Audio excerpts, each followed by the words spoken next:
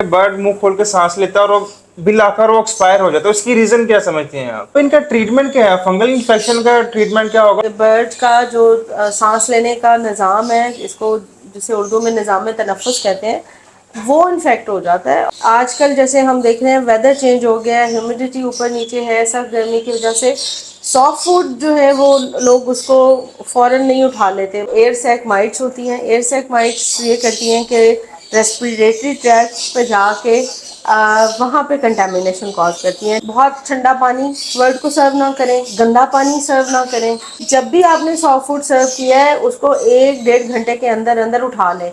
Bird को निलस्टैट drops के नाम से जो है वो मिल जाते हैं। उसके अलावा साथ ही इसको सिम्प्टोमेटिक रिलीफ के लिए कोई भी नॉन सिडेटिंग एंटी एलर्जी सिरप, जिसमें मैं जो यूज़ कर रही होती हूँ वो जेरेटिक का सिरप है।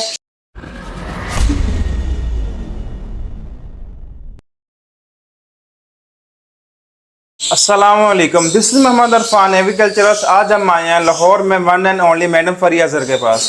आजकल जो मेन इशू आ रहा है वो ये आ रहा है कि बर्ड मुंह खोल के सांस ले रहा है।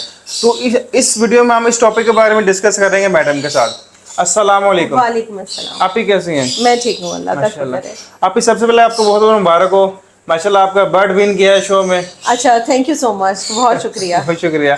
आप ही सबसे पहले इंट्रोडक्शन करवा दें अपना छोटा सा। मेरा नाम मिसेस फरीहा अज़हर है और बाय प्रोफेशन देखा जाए तो मैं रादर बाय क्वालिफिकेशन मैं डॉक्टर ऑफ फार्मेसी हूँ और वैसे एक एग्रीकल्चरिस्ट हूँ और बर्ड्स के साथ मतलब मेरा बहुत एक बचपन से लगाव है और ये शौक़ फिर मैंने कुछ अर्सा पहले तकरीबन 4-5 साल पहले शुरू किया था और अल्हम्दुलिल्लाह जब भी कोई चीज़ शुरू की जाती है कोशिश होती है कि उसको सीखा जाए, उससे उसमें जो भी मसले मसाइल आते हैं उनके बारे में देखा जाए।